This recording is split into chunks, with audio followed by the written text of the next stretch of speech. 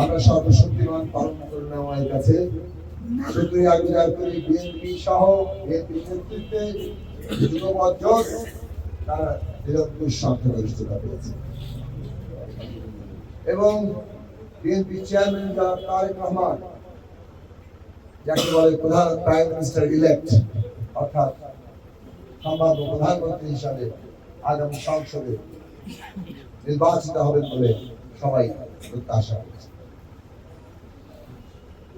আমরা বাঞ্ছারামপুরের মধ্যেও এই বিএনপি গণসংহতি আন্দোলন সহ আমাদের যুগপৎ জোট তার প্রার্থী হিসেবে মাথার মাথায় বিজয় অর্জন করেছে এবং এই পুরো বিজয় অর্জনের কৃতিত্ব যেমন সারা দেশের মানুষকে আমাদের দিতে হবে, আমাদের বিজয়ের কৃতিত্ব বাঞ্ছারামপুরবাসীকে দিতে হবে এবং বিশেষভাবে বিএনপি উপজেলা নেতৃত্ব আমাদের সাবেক এমপি যারা খালেদ পিএসসি মহোদয় সহ এখানে যে জেলা নেতৃবৃন্দ আছে জেলা সভাপতি এবং উপজেলা সাধারণ সম্পাদক নেতৃত্বে পৌর সাধারণ সম্পাদক নেতৃত্বে সাবেক সাধারণ সম্পাদক সবাই এখানে আছে। আমি আবার নাম বলার যাচ্ছি না, আপনারা কিছু মনে করেন। আপনাদের সবার নেতৃত্বে সর্বস্তরের নেতাকর্মী যে অক্লান্ত পরিশ্রম করেছে, যেভাবে মাত্র 15 দিনের মধ্যে যাকে বলে যে আপনারা অনেকটাই ঘুরিয়ে দিয়েছেন পুরো পরিস্থিতি। আজকে একজন প্রতিদ্বন্দ্বী প্রার্থী তিনি ফোন করেছেন, আরেকজন দেখা করতে এসেছিলেন, তারা ধন্যবাদ জানিয়েছেন। আমরা একসাথে বাঞ্ছারামপুর গড়ে তোলার ক্ষেত্রে কিভাবে সহযোগিতা করতে পারি, আমরা আমাদের সহযোগিতা ঐক্য কিভাবে আমরা প্রতিষ্ঠা করি, বাঞ্ছারামপুরের স্বার্থ যখন আসবে তখন আমরা সবাই ঐক্যবদ্ধ থাকবো, সেই জায়গায় নিয়ে কথা বলছি। তা আলোচনার মধ্যে একটা আসছিল যে আপনার পরিস্থিতি মাঠ যে অবস্থায় ছিল আপনি দ্রুততম সময়ের মধ্যে মাঠ ঘুরিয়ে দিয়েছেন এবং এর সম্পূর্ণ কৃতিত্ব আমি নিশ্চিতভাবে বিএনপি নেতাকর্মীদেরকে গণসংহতি আন্দোলনের নেতাকর্মীরাও যতটুকু সামর্থ্য আছেন তারাও সর্বোচ্চ সহযোগিতা করেছেন, পরিশ্রম করার চেষ্টা করেছেন। কিন্তু আপনারা দীর্ঘদিন ধরে বিএনপি নেতাকর্মীরা যেভাবে পুরো ইউনিয়ন ওয়ার্ড পর্যন্ত আপনাদের জনভিত্তি আছে, জনসংযোগ আছে, সেইটাকে সংগঠিত করার ক্ষেত্রে ভূমিকাটা আপনারা রেখেছেন, একেবারে তলা থেকে একটা জোয়ার তৈরি করেছেন। সেই জন্য আমি এটা আসলে ধন্যবাদ দিয়ে এটাকে ছোট করবো না, আমার কৃতজ্ঞতারও ভাষা নেই, আমি আসলে আপনাকে আমার ভালোবাসা দেব।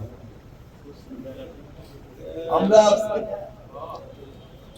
কতগুলো অঙ্গীকার পেয়েছি। সাধারণত রাজনৈতিক ক্ষেত্রে অতিরিক্ত বাকবিতণ্ডা হয়, ব্যক্তিগত আক্রমণ হয়, কিন্তু আপনারা সবাই সহ প্রার্থী হিসেবে আমি নিজেও আমরা চেষ্টা করেছি যে বাঞ্ছারামপুর নিয়ে আমাদের ভবিষ্যৎ পরিকল্পনা থেকে সেটার উপরে ভিত্তি করে আমাদের পুরো নির্বাচন অনেক সময় এগুলো মনে হয় যে কাজ করে না, কিন্তু জনগণ অন্তত বাঞ্ছারামপুরের মানুষ আমাদের ভবিষ্যৎ পরিকল্পনা শুনেই কিন্তু আমাদের গ্রহণ করেছে এবং একটা জবাব করেছে। এখন আমাদের এটা আরো বেশি দায় এবং অঙ্গীকার হিসেবে আমাদের কাছে আমরা যা বলেছি তা বাস্তব কাজে পরিণত এবং এইটা মনে রাখবেন যে আমরা বলেছি তা বাস্তব কাজে পরিণত করার আমি একা কোনো ব্যক্তি, একা কেউ কিছু করতে পারবে না। এইটা যদি আজকে বাঞ্ছারামপুরবাসীকে আমরা ঐক্যবদ্ধ করতে না পারি, এখানে বিএনপি গণসংহতি সহ যে রাজনৈতিক নেতৃত্ব আছে সেই রাজনৈতিক নেতৃত্ব যদি ঐক্যবদ্ধ ভাবে এই আমরা যা করতে চাই সেটার ব্যাপারে তারা নেতৃত্ব না দেয়, উৎসাহের সাথে নেতৃত্ব না দেয়, তাহলে কিন্তু এটা বাস্তবায়ন করা সম্ভব। ফলে আমাদের প্রধান মনোযোগের জায়গা হবে বাঞ্ছারামপুর বিষয় আমাদের দেয়া অঙ্গীকার প্রতিশ্রুতিগুলো বাস্তবায়ন করা এবং সেই ক্ষেত্রে আমাদের নিজেদের মধ্যে আমরা আলাপ আলোচনা করার জায়গা রাখা, যাতে করে আমরা প্রত্যেকটি কাজ সম্পর্কে নিজেরা ঐক্যবদ্ধ, আমরা নিজেরা একমত, তাহলেই সেটা বাস্তবায়ন করার জন্য সবাই আগ্রহী থাকবেন, সবাই সবার ভূমিকা রাখবেন। আমাদের মধ্যে যদি কোনো বিরোধ তৈরি হয় তাহলে সেটা বাস্তবায়ন থেকেও অসুবিধার জায়গা তৈরি হবে। আমি আপনাদের এই যে নেতৃবৃন্দ আছেন, অভিজ্ঞ প্রাক্তন নেতৃবৃন্দ আছেন, দীর্ঘদিন তারা বাঞ্ছারামপুরের জন্য কাজ করেছেন, কিভাবে বাঞ্ছারামপুরকে আর নতুন পর্যায়ে নেওয়া যায় সেটা স্বপ্ন আমরা দেখছি। এবং এটা ব্যক্তিগতভাবে কারো একক কৃতিত্ব না, আমাদের সামনে একটা সুযোগ তৈরি হয়েছে।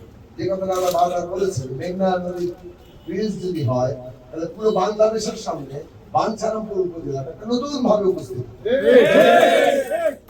এবং সেই উপস্থিতি কিভাবে আমরা একেবারে এই সমস্ত মানুষের জন্য একটা মানে টার্নিং পয়েন্ট হিসেবে নিতে পারি। এখানে শিল্প কৃষিতে বিনিয়োগের প্রশ্ন, এখানকার শিক্ষা স্বাস্থ্য, এখানকার রাস্তাঘাট, এখানে আমাদের সন্তানদের ভবিষ্যৎ, শিশুদের ভবিষ্যৎ, আমাদের তরুণদের ভবিষ্যৎ, তাদের খেলার মাঠ, কিংবা প্রত্যেকটা বাসা বাড়িতে তাদের যে সম্পদ, গ্যাসের সংকট, জলাবদ্ধতার সংকট, নদী ভাঙনের সংকট, অর্থাৎ আশু সংকট, এবং আমাদের স্বপ্ন পরিকল্পনা যেটাকে আমরা স্বল্পমেয়াদী, মধ্যমেয়াদী, দীর্ঘমেয়াদী ভাবে সাজাতে পারি, এবং সেইগুলো আমরা কিভাবে কাজটা করব সেই বিষয়ে আপনাদের মতামত, সহযোগিতা আসলে প্রধান ব্যাপার।